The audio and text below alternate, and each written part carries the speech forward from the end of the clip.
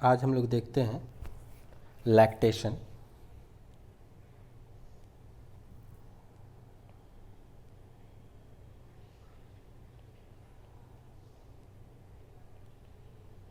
Lactation का definition हुआ production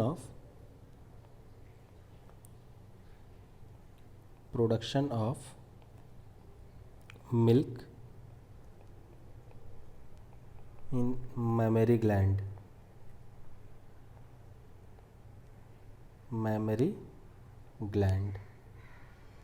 ठीक है, मैमरी ग्लैंड में या फीमेल ब्रेस्ट में मिल्क के प्रोडक्शन को हम लैक्टेशन बोलते हैं।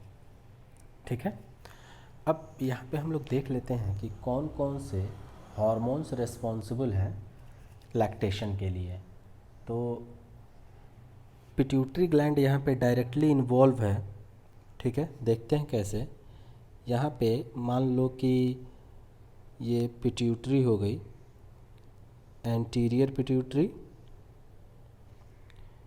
और ये मिडिल वाला जोन, और ये पोस्टीरियर पिट्यूटरी। ठीक है, इसे अगर हम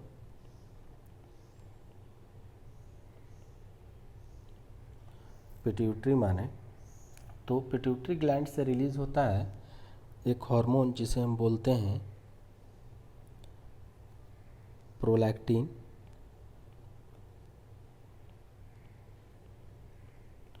और ये प्रोलैक्टिन पहुंचता है कहाँ पे? मैमरी ग्लैंड पे। ठीक है, तो पिट्यूटरी से प्रोलैक्टिन पहुंच गया मैमरी ग्लैंड पे। अब मैमरी ग्लैंड को ये प्रिपेयर कराना शुरू करता है मिल्क प्रोडक्शन के लिए। ठीक है, ये सपोज़ कर लो मैमरी ग्लैंड है। अब मैमरी ग्लैंड को ये प्रिपेयर कराना शुरू कर दिया मिल्क प्रोडक्शन के लिए, और इसके इन्फ्लुएंस में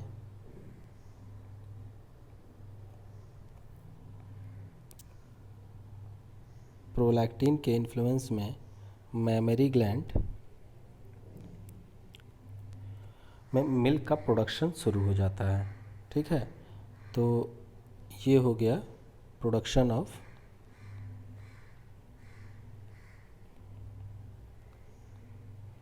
मिल्क। ठीक है, प्रोलैक्टिन के इन्फ्लुएंस में। एक चीज़ याद रखना कि मैमरी ग्लैंड को एक और हार्मोन प्रिपेयर करता है। ठीक है, फंक्शनली मैच्योर करता है। उस हार्मोन को हम बोलते हैं HPL। ठीक है, वो नीचे से सिक्रीट हो रहा है, मतलब प्लेसेंटा के पार्ट से रिलीज़ हो रहा है। इसको हम बोल दिए HPL, ह्यूमन प्लेसेंटल लैक्टोजेन। ठीक है, इसको बोल दिए ह्यूमन प्लेसेंटल लैक्टोजेन। ये ह्यूमन प्लेसेंटल भी रिस्पॉन्सिबल है फंक्शनल मैचुरेशन के लिए मैमरी ग्लैंड के। ठीक है, तो यहाँ पे भी बोल सकते हैं फंक्शनल मैचुरेशन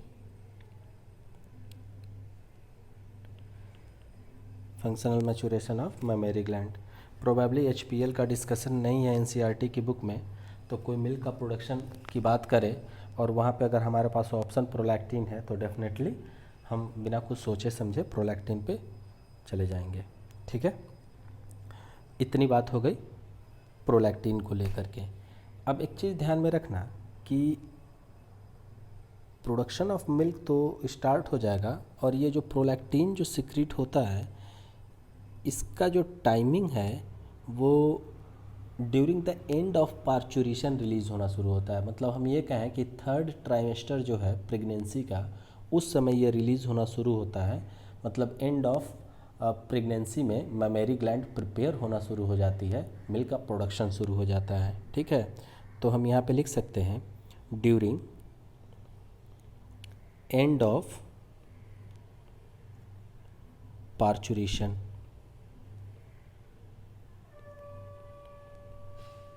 ठीक है, अब क्या करते हैं, ड्यूरिंग द एंड ऑफ इसको बोलें during the end of pregnancy,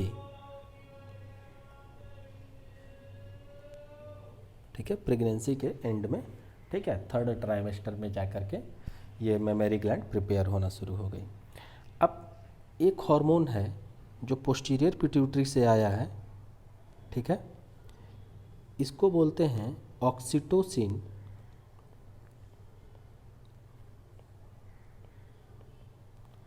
ठीक है, ये ऑक्सीटोसिन हार्मोन करेगा क्या, तो ये सिक्रीशन ऑफ मिल्क के लिए रिस्पॉन्सिबल है, रिलीज ऑफ मिल्क के लिए रिस्पॉन्सिबल है। ठीक है, तो ऑक्सीटोसिन जब मेमोरी ग्लैंड पे पहुंचेगा, ठीक है, तो हम ये बोल दें सिक्रीशन ऑफ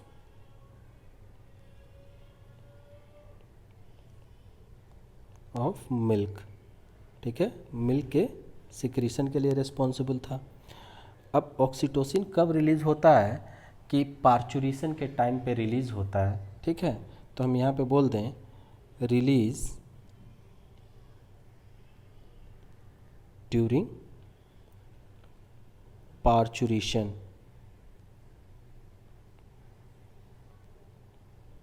यूट्राइन कॉन्ट्रैक्शन के लिए रिस्पॉन्सिबल था, इसीलिए इस हार्मोन को हम बर्थ हार्मोन बोलते हैं या मिल्क इजेक्टिंग हार्मोन बोलते हैं। ठीक है, तो इसको एक दूसरा नाम दे सकते हैं हम, birth hormone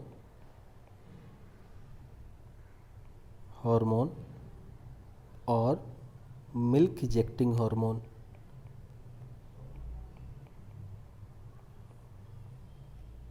milk ejecting hormone इसी के इन्फ्लुएंस में क्या करती है, मेमोरी ग्लैंड मिल्क रिलीज़ करना शुरू करती है। ठीक है, तो हम इसके लिए ये बात कह सकते हैं कि इसके इन्फ्लुएंस में क्या होगा, सिक्रीशन ऑफ मिल्क शुरू हो जाएगा। ठीक है, तो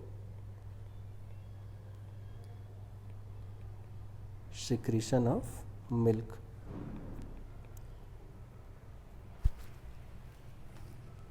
ऑक्सीटोसिन के इन्फ्लुएंस में स्टार्ट हो गया सिक्रीशन ऑफ मिल्क। ठीक है, अब देखना ज़रा, यहाँ पे ऑक्सीटोसिन रिलीज़ हुआ पार्चुरेशन के टाइम में और एंड ऑफ प्रेगनेंसी में रिलीज़ हुआ था प्रोलैक्टिन। मतलब प्रोलैक्टिन पहले रिलीज़ होता है, मेमोरी ग्लैंड को प्रिपेयर कराता है, मिल्क का प्रोडक्शन शुरू हो जाता है, और फर्दर जब प्रेगनेंसी ख़त्म होती है, बेबी का बर्थ होगा, ठीक है, पार्चुरेशन के टाइम से प्रोलैक्टिन ऑक्सीटोसिन आना शुरू हुआ ब्लड में, जो मेमोरी ग्लैंड से रिलीज़ ऑफ मिल्क के लिए रिस्पॉन्सिबल है। अब सुनो ज़रा, जैसे जैसे ऑक्सीटोसिन का कंटेंट बढ़ेगा, मेमोरी ग्लैंड से मिल्क रिलीज़ होता चला जाएगा, और मिल्क रिलीज़ होते जाने से क्या होगा कि मेमोरी ग्लैंड में वैकेंसी क्रिएट होती जाएगी, स्पेस क्रिएट होता जाएगा, ठीक है, मिल्क के लिए। तो जब मिल्क जैसे जैसे ख़त्म होता है मेमोरी ग्लैंड से, उसी के अकॉर्डिंग मिल्क का फॉर्मेशन भी होता है।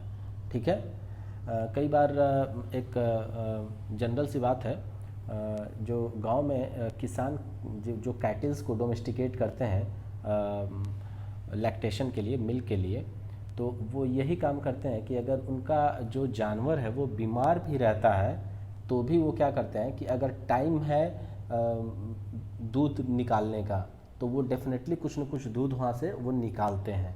निकालने का मतलब यही होता है कि वो रिदम बना रहेगा। ठीक है, मेमोरी ग्लैंड से जब मिल्क बाहर निकलेगा तभी फर्दर मिल्क का प्रोडक्शन होगा। ठीक है, तो ये ध्यान में रखना कि जैसे जैसे मेमोरी ग्लैंड खाली होगी, मिल्क का प्रोडक्शन होगा। इसका मतलब ये है कि जो ऑक्सीटोसिन जैसे जैसे बढ़ता है, वैसे वैसे ऑक्सीटोसिन पॉजिटिव फीडबैक देने लगता है एंटीरियर पिट्यूटरी को प्रोलैक्टिन के लिए। ठीक है, तो हम यहाँ पे ऑक्सीटोसिन के बारे में एक अच्छी बात ये कह सकते हैं कि ये प्रोलैक्टिन के लिए पॉजिटिव फीडबैक देता है। ठीक है, तो हम ये बोल सकते हैं यहाँ पे पॉजिटिव फीडबैक देता है प्रोलैक्टिन के लिए, गिव्स पॉजिटिव फीडबैक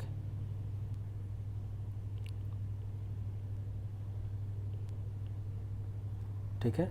तो प्रोलैक्टिन के लिए ऑक्सीटोसिन पॉजिटिव फीडबैक देता रहा और इस तरीके से मेमोरी ग्लैंड खाली वैकेंट नहीं हो पाती है।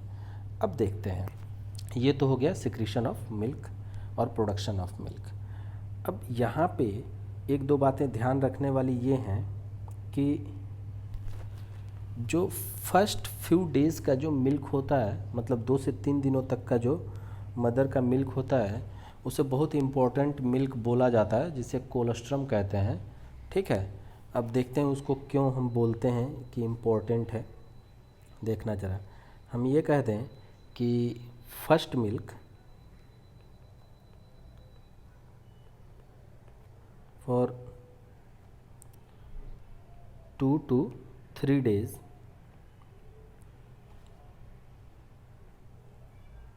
is called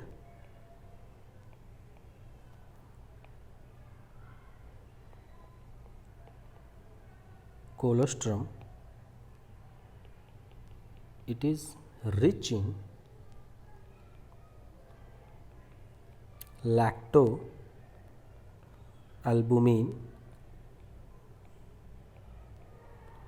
lactoprotein,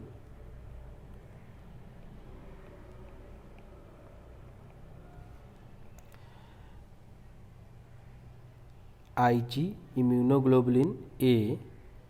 इस एंटीबॉडी को सिक्रिटरी एंटीबॉडी बोला जाता है, सबको पता होगा। ठीक है।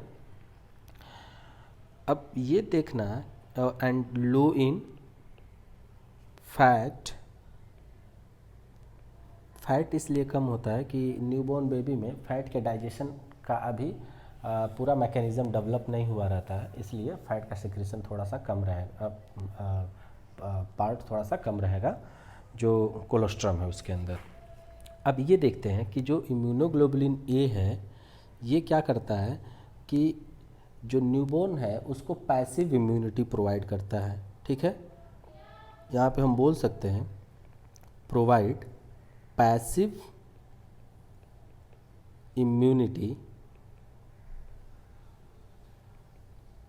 To newborn. ठीक है। पैसिव इम्यूनिटी कह देने का मतलब जब प्री फॉर्म्ड एंटीबॉडीज़ जा कर के इम्यूनिटी प्रोवाइड करें तो उन्हें पैसिव इम्यूनिटी बोलते हैं, लेकिन वो एंटीबॉडी अगर बॉडी में खुद प्रोड्यूस होकर के इम्यूनिटी प्रोवाइड करें तो उसे एक्टिव इम्यूनिटी बोलते हैं। तो ये पैसिव इम्यूनिटी प्रोवाइड करता है न्यूबॉर्न को उन डिजीज़ से प्रोटेक्ट करने के लिए जिन डिजीज़ से अभी तक एक्सपोज हुआ ही नहीं है। ठीक है।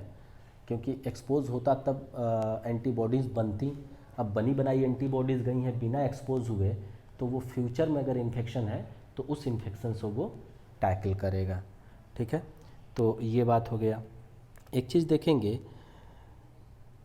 अच्छा ये देखते हैं कि इसका जो कलर होता है it is viscous and yellowish in colour. ठीक है। कलर इसका येलोइश होता है और ये विस्कस होता है। अब एक बात और याद रखने वाली है कि जो लैक्टेटिंग वीमेन होती हैं वो नॉर्मली 1 से 2 लीटर का मिल्क प्रोड्यूस करती हैं पर डे। हम ये कह सकते हैं कि नर्सिंग ह्यूमन, अगर ये हेल्दी है तब की बात मैं कह रहा हूँ। ठीक है। Nursing women produce 1 to 2 litre of milk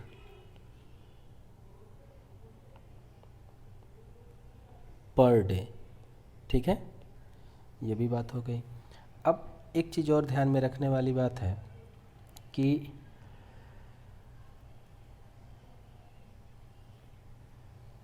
जो प्रोलैक्टिन होता है, ये प्रोलैक्टिन एलएच और एफएसएच को इनहिबिट करके रखता है। मतलब हम ये कहते हैं ना कि स्टार्टिंग जब इंटेंस ब्रेस्ट फीडिंग चलता रहता है उस समय पे कोई रिप्रोडक्टिव साइकिल नहीं आती है, मतलब मेंस्ट्रुअल साइकिल नहीं होती है। उसके पीछे लॉजिक यही है कि उस समय प्रोलैक्टिन का कंटेंट हाई होता है और प्रोलैक्टिन निगेटिव फीडबैक देती रहती है LH और FSH के प्रोडक्शन को। ठीक है, तो हम ये बोल सकते हैं कि ड्यूरिंग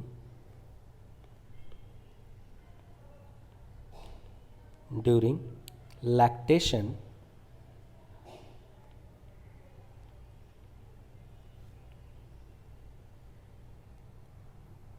reproductive cycle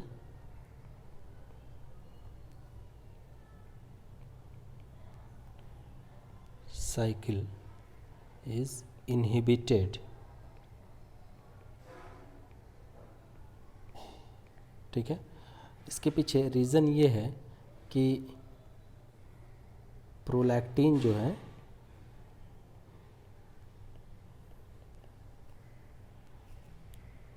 वो क्या देगा, एंटीरियर पिट्यूटरी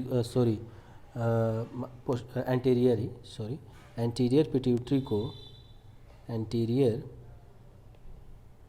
पिट्यूटरी पे क्या करता है कि निगेटिव फीडबैक देता है।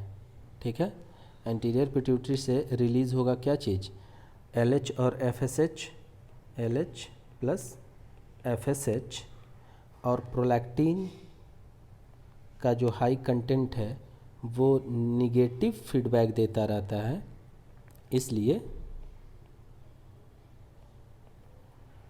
मेंस्ट्रुअल साइकिल इनहिबिटेड रहती है। एक और भी जानने वाली बात यह है कि जो एस्ट्रोजन और प्रोजेस्टेरोन है वो इसेंशियल हैं फिजिकल डेवलपमेंट के लिए मेमरी ग्लैंड के, लेकिन ये भी जानना ज़रूरी है कि ये एक्चुअल सिक्रीशन ऑफ मिल्क के लिए मिल्क को ये इनहिबिट करते हैं। तो हम एक पॉइंट ये भी बना सकते हैं कि estrogen and progesterone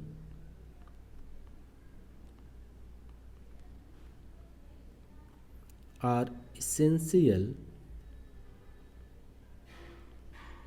for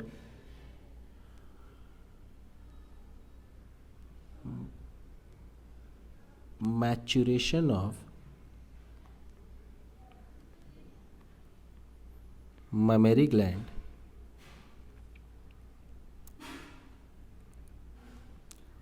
but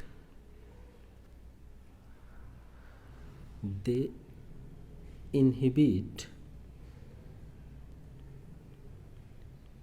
actual secretion of milk।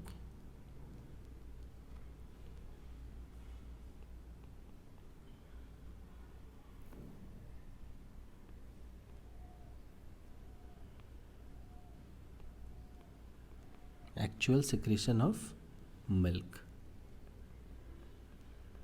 ठीक है, तो ये भी एक जानने का पॉइंट हो गया। एक केस और ध्यान में रखने के लिए मैं बता दे रहा हूँ कि एक कंडीशन होता है जिसको बोलते हैं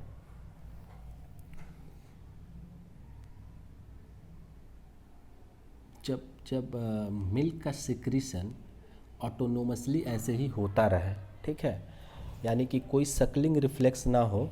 बिना सकलिंग रिफ्लेक्स कहते हैं कि जब ब्रेस्ट फीडिंग कराते हैं तो जो बेबी शक करता है ममेरी ग्लैंड को, उस वजह से मिल्क का सिक्रीशन स्टार्ट होता है। ठीक है, तो उसे हम बोल देते हैं कि सकलिंग रिफ्लेक्स।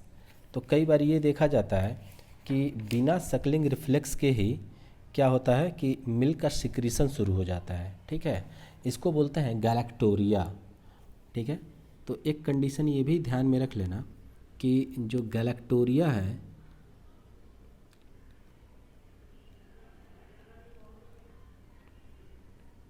गैलेक्टोरिया का मतलब ये हो गया कि स्पॉन्टेनियस सिक्रीशन या spontaneous flow of breast milk. ठीक है, स्पॉन्टेनियस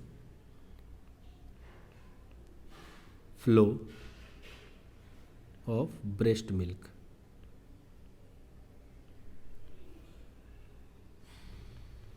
यही है गैलेक्टोरिया। तो ये होता कब है कि जब हाइपर प्रोलैक्टीमिया का केस हो, मतलब प्रोलैक्टिन का कंसंट्रेशन इतना ज़्यादा हो जाए कि मिल्क का प्रोडक्शन बहुत ज़्यादा बढ़ जाए, मेमोरी ग्लैंड में इतना ज़्यादा मिल्क हो जाए कि स्पॉन्टेनियसली वो बह के बाहर आने लगे प्रेशर के अकॉर्डिंग, बिना ऑक्सीटोसिन के रिक्वायरमेंट के प्रेशर के अकॉर्डिंग अगर वो बह के बाहर आने लगता है, ठीक है, तो उसे बोलते हैं गैलेक्टोरिया। तो हम बोल सकते हैं गैलेक्टोरिया किसके वजह से है? ड्यू टू हाइपर प्रोलैक्टीमिया, ठीक है, हाइपर प्रोलैक्टिनेमिया,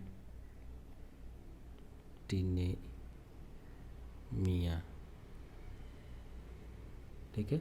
तो हाइपर प्रोलैक्टिनेमिया की वजह से गैलेक्टोरिया का केस डेवलप होता है, ठीक है। ये हो गया मेमोरी ग्लैंड और मेमोरी ग्लैंड का मैच्योरेशन और सिक्रीशन ऑफ मिल्क, ठीक है। बाकी की चीज़ें अगले क्लास में हम लोग देखेंगे। Okay, thank you.